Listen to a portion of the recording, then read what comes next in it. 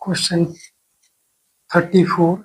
एक आयत का क्षेत्रफल 360 वर्ग सेंटीमीटर है, जो एक वर्ग के क्षेत्रफल का 90% है। वर्ग की प्रत्येक भुजा की लंबाई कितनी है?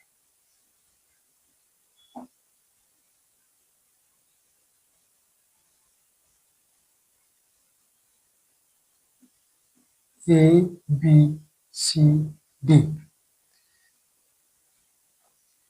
माना वर्ग की भुजा बराबर है ए सेंटीमीटर।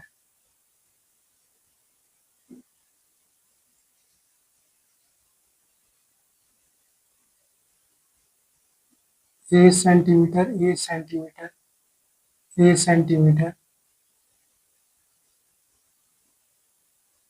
और ए सेंटीमीटर। वर्ग का क्षेत्रफल बराबर है भुजा गुना भुजा। एक वर्ग के क्षेत्रफल का 90% है।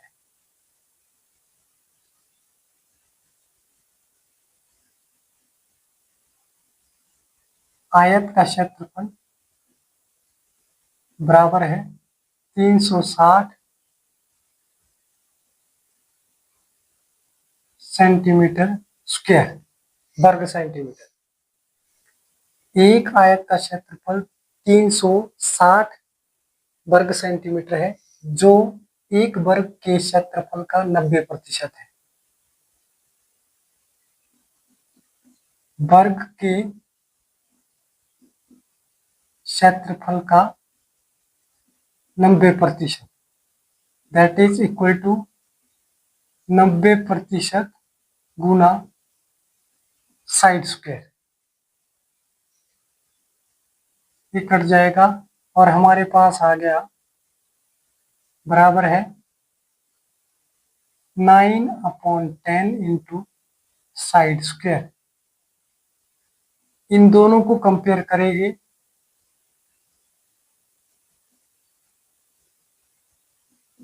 आयत का क्षेत्रफल बराबर है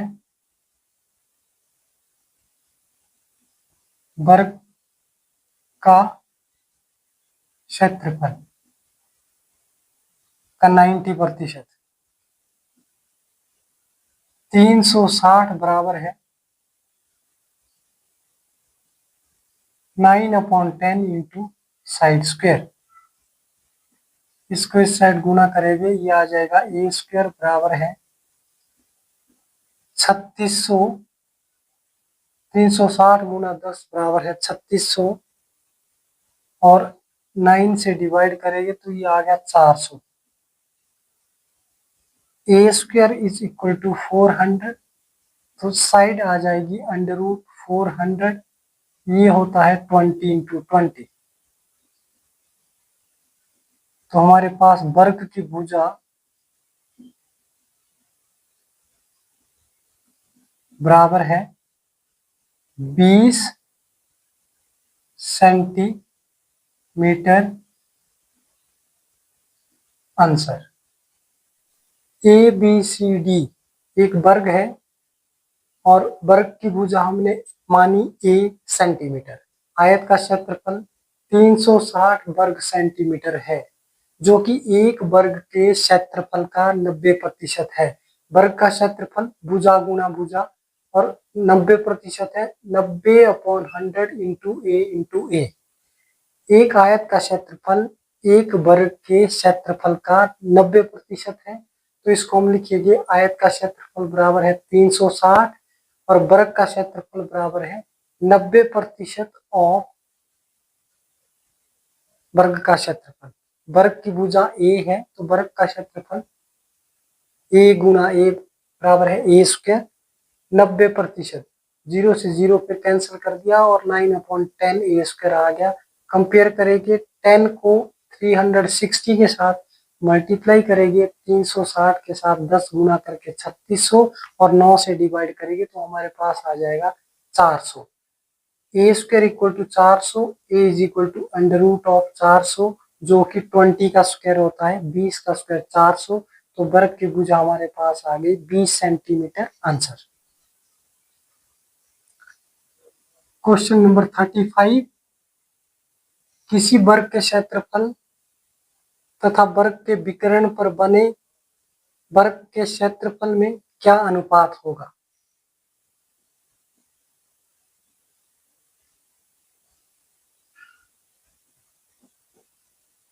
ए बी सी डी, इसमें भी हम एज्यूम करेंगे ए ए ए एंड ए सेंटीमीटर।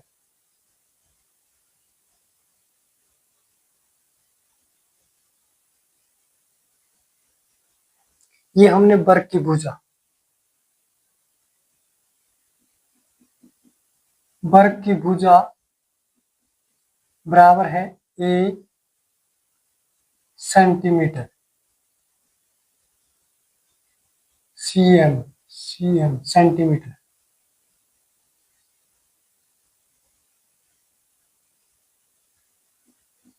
वर्ग का विकिरण बराबर है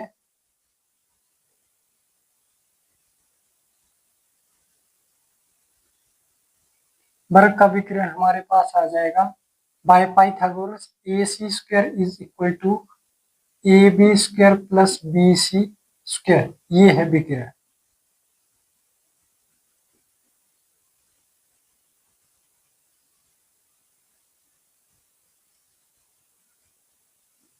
A C square is equal to A B की वैल्यू ए है तो ए का स्क्वायर कर देंगे और बी सी की वैल्यू भी ए ही है, तो ये हमारे पास A C square is equal to a square plus a square that is 2a square, और ए सी की वैल्यू हमारे पास आ जाएगी under root 2a square that is equal to under root 2a।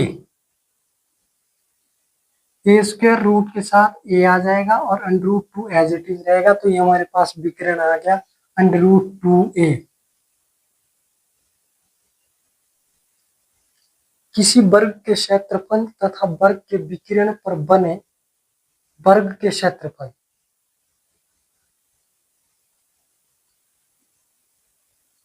वर्ग का क्षेत्रफल वर्ग के विकिरण का क्षेत्रफल बराबर है वर्ग का क्षेत्रफल ए स्क्वायर और वर्ग के विकिरण का क्षेत्रफल अंडर रूट 2 ए का square that is equal to a square upon under root 2 square करोगे तो 2 आ जाएगा और ए स्क्वायर इसमें से कट गया और हमारे पास 1/2, तो रेशो अनुपात आ गया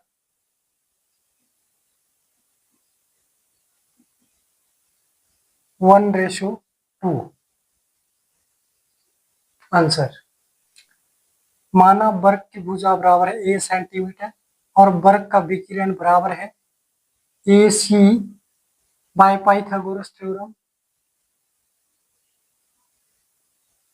ए C square equal to A B square plus B C square.